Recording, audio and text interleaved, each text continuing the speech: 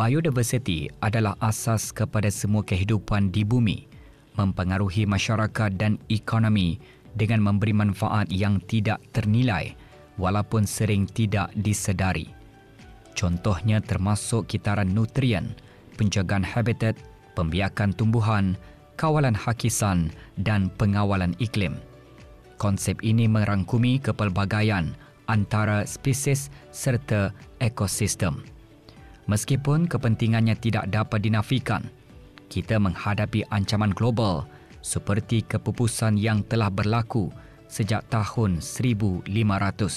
Situasi semasa seperti kepupusan habitat dan pemanasan global yang berterusan membimbangkan kerana hampir 40% spesies mungkin menghadapi kepupusan menjelang abad ini yang akan mengganggu fungsi ekosistem dan sumbangan alam semula jadi kepada manusia.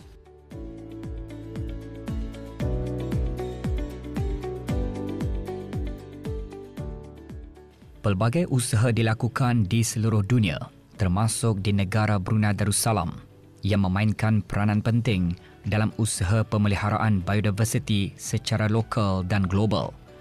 Salah satu usaha ini adalah melalui perkongsian idea dalam persidangan biodiversiti negara Brunei Darussalam. Bertemakan Biodiversity, Nature's Blueprint for Sustainability, persidangan ini dianjurkan bersama oleh Kementerian Sumber-Sumber Utama dan Pelancongan melalui Jabatan Perhutanan serta Universiti Brunei Darussalam UBD sempena Brunei Mid-Year Conference and Exhibition 2024.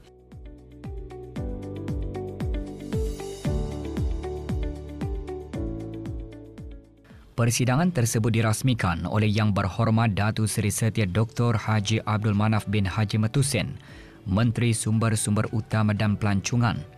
Dalam ucapannya, beliau menekankan peranan penting aliran pendapatan yang inovatif seperti perdagangan karbon dalam mendorong pertumbuhan ekonomi yang mampan.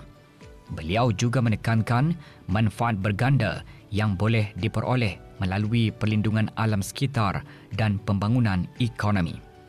Tambahnya lagi, selain mempromosikan aktiviti ekopelancongan dan pengambilan hasil hutan untuk menjana pendapatan, potensi hutan juga boleh diterokai untuk mendapatkan pendapatan melalui perdagangan karbon. Selain itu, melindungi ekosistem adalah usaha untuk memastikan alam sekitar mampan dan memberi peluang untuk penjanaan pendapatan yang memberi manfaat kepada komuniti tempatan dan ekonomi negara. These principles offer a sustainable path for conservation, ensuring the resilience of our forests and keep providing essential ecosystem services.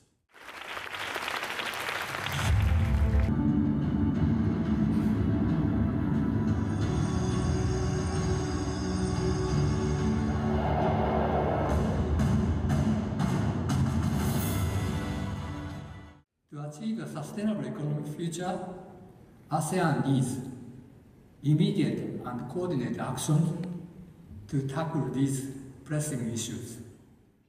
Persidangan Biodiversiti Negara Brunei Darussalam dimulakan dengan kertas ucap tama pertama bertajuk Fostering a Green, Connected and Biodiverse ASEAN for a Sustainable Future oleh Profesor Watanabe Tetsuya, Presiden Economic Research Institute for ASEAN and East Asia Area. Beliau menekankan kepentingan kerangka ekonomi digital ASEAN DEFA sebagai komponen penting bagi strategi pembangunan mampan.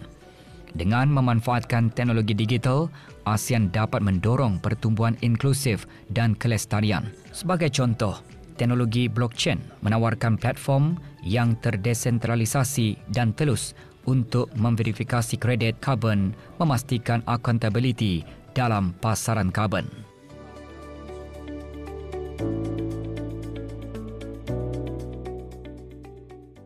Antara matlamat persidangan ini adalah untuk mengukuhkan hubungan antara pembuat dasar, ahli akademik dan sektor bukan kerajaan dengan pemimpin biodiversiti serantau. Persidangan ini juga bertujuan menyediakan platform yang berkesan untuk berkongsi pengetahuan penemuan penyelidikan dan amalan terbaik secara global serta meneroka peluang pertumbuhan ekonomi hijau termasuk ekopelancongan dan pasaran karbon.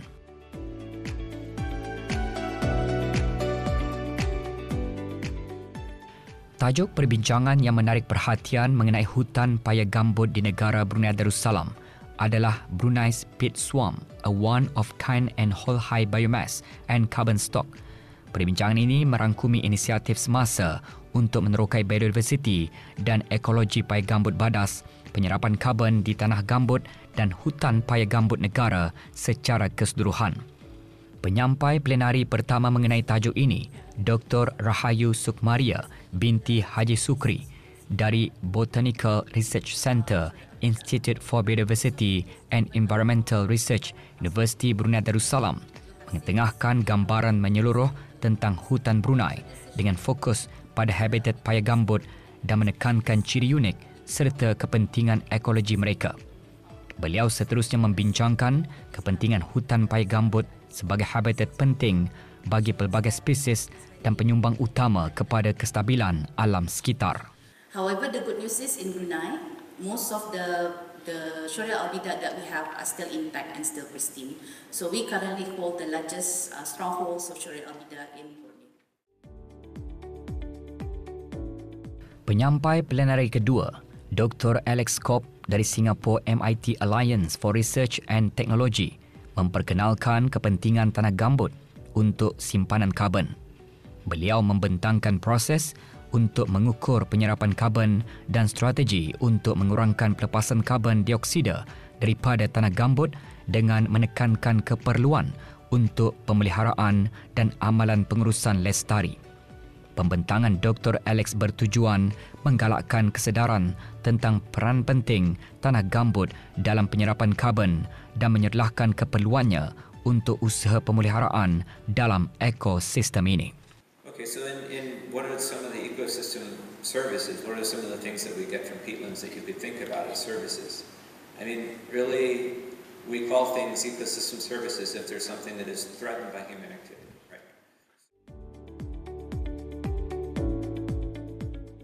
Plenari ketiga disampaikan oleh Dr. Borhan Muhammad dari Lumina Sdn Bhd.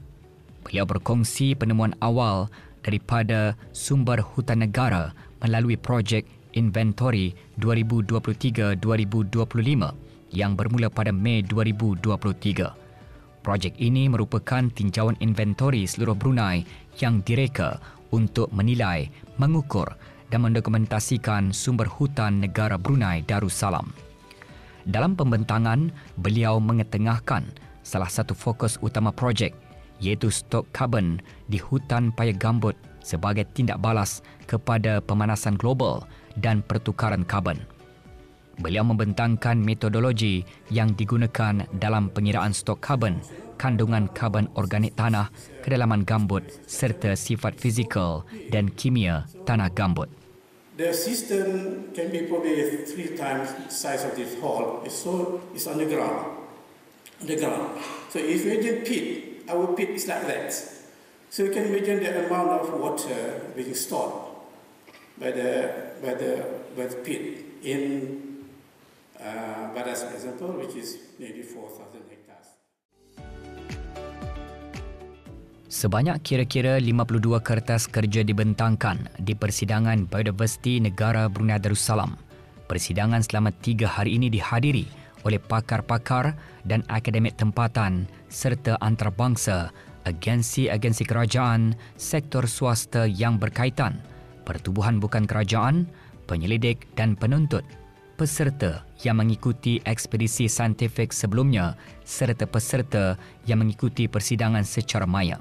Pembentangan diadakan secara selari.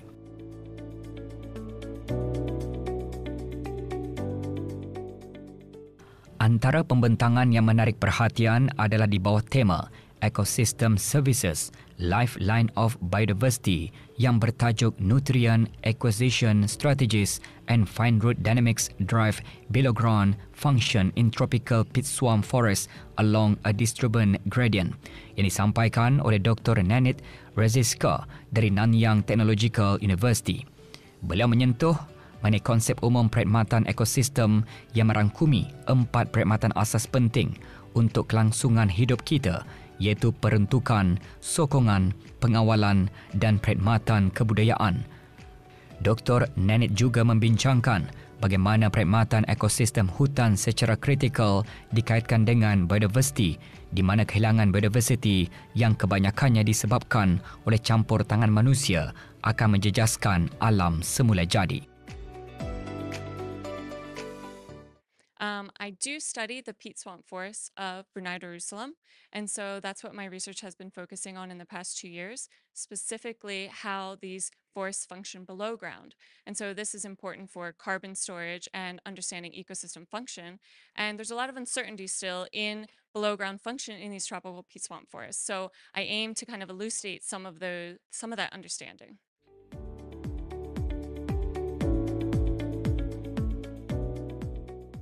Di bawah tema Reshaping Our Future, Innovative Solutions to Halt Biodiversity Loss, Dr. Mark Hughes dari Royal Botanic Garden, Edinburgh dan School of Biological Science, University of Edinburgh mengongsikan tajuk Using Taxonomic Data to Support Innovation in Conservation.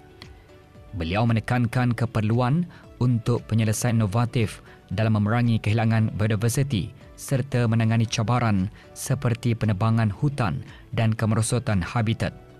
Tambahan pula, beliau menegaskan kepentingan pengawal selian rangka kerja yang teguh dan perancangan strategik untuk menangani cabaran ini yang amat diutamakan untuk pemulihan ekosistem yang berkesan bagi generasi akan datang.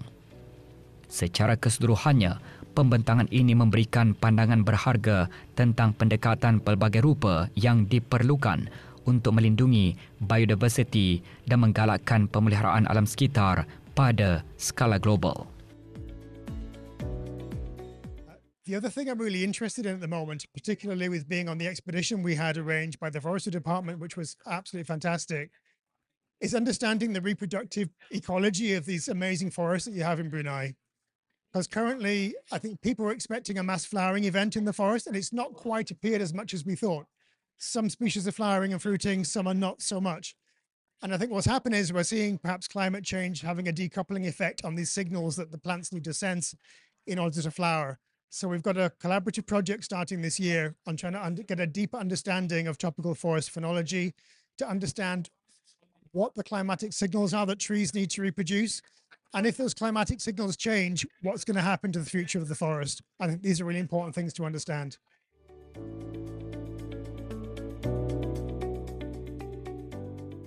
Di bawah tema Youth Involvement in Biodiversity Conservation Crucial for its Sustainability, Awang Mak Liao dari 2019 ASEAN Youth Biodiversity Leaders mengongsikan tajuk Empowering Change, ASEAN Youth Driving Local and Global Action in Biodiversity Governance. Dalam pembentangannya, beliau menekankan kepentingan penyertaan belia dalam pembangunan dan pelaksanaan dasar biodiversiti bersama orang dewasa untuk memastikan kelestarian biodiversiti negara.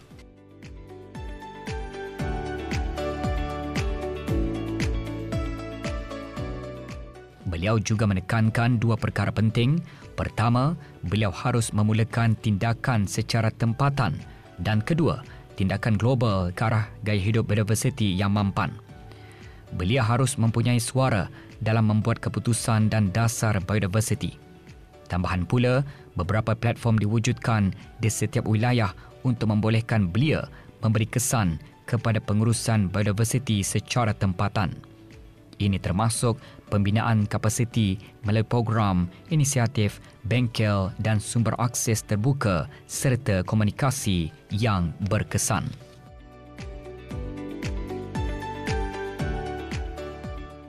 In Gibbon, what we do is we try to create opportunities and avenues for youth to contribute more meaningfully in biodiversity conservation.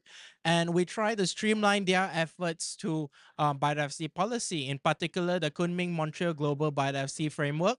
At the moment, what we're doing is we are trying to identify what youth are doing throughout ASEAN and we are trying to streamline their efforts with the Kunming Montreal Global Biodiversity Framework.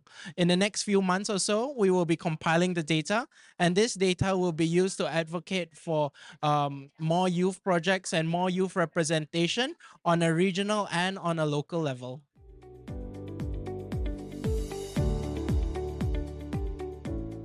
Negara Brunei Darussalam amat bertuah kerana mempunyai liputan hutan tertinggi dan kepelbagaian biologi yang kaya dalam kalangan negara ASEAN yang dilindungi oleh perundangan konservatif.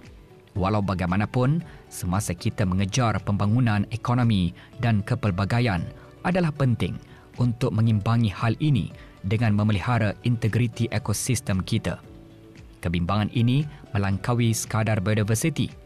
Walaupun usaha sedang dibuat untuk memelihara dan mengekalkannya, kita memerlukan pemahaman yang lebih mendalam tentang ekosistem semula jadi untuk mengukuhkan dan melaksanakan intervensi serta langkah pemeliharaan yang sesuai dengan berkesan.